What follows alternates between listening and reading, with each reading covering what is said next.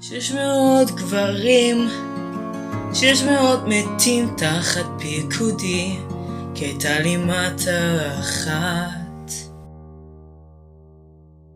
כל איבדתי, יש רק רב סודה שהוכנה בידי, איך הגיע לביתי. כל שתצטרך זה לא תפתוח את השק. הרמס? שוב נפגשים. זאת תמי שדיבר עם קליפסו. למה אתה כאן?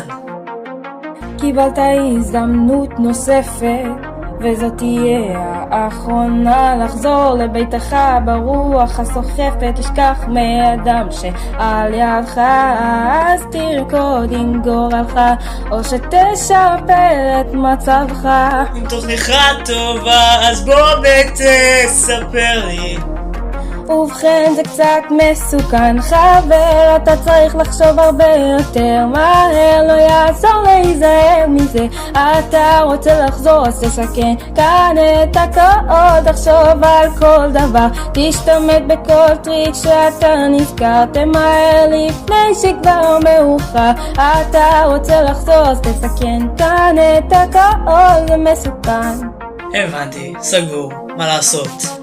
קודם כל תצא למים, ויש שם בשמיים כוכב הצפון, ולא לרצון להביט לאחור, רק תמשיך לחתור, כשזר מלכלך שם בחוץ, בסכנה תברך עם חיוך, תפעל באומה של מלחמה, אבל לא משנה מה יקרה, זה יהיה מסוכן חבר, אתה צריך לחשוב הרבה יותר מהר, לא יעזור להיזהר מזה, אתה רוצה לחזור אז תסכן כאן את הכל, תחשוב על כל דבר, תשתמש בכל טריק שאתה נזכר, תמהר לפני שכבר מאוחר, אתה רוצה לחזור אז תסכן כאן את הכל, זה מסוכן.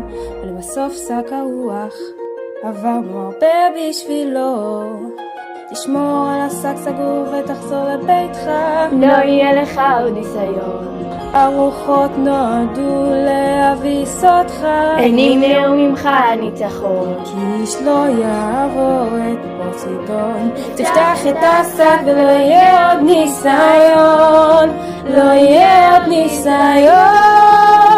אני תמיד חי מסוכן חבר, התאמנתי על זה לא אוותר, שנים ליום הזה מתפלל, אני חייב לחזור ולסכן כאן את הכל, אשתמש באכזריות, בכל טריק בכישרון במהירות, אני אשים סוף לכל היהירות, אני חייב לחזור לסכן כאן את הכל, יהיה מסוכן. הרמס, תודה. אל תודה לי חבר, לא אני נלחמתי למענך. אז מי? בהצלחה.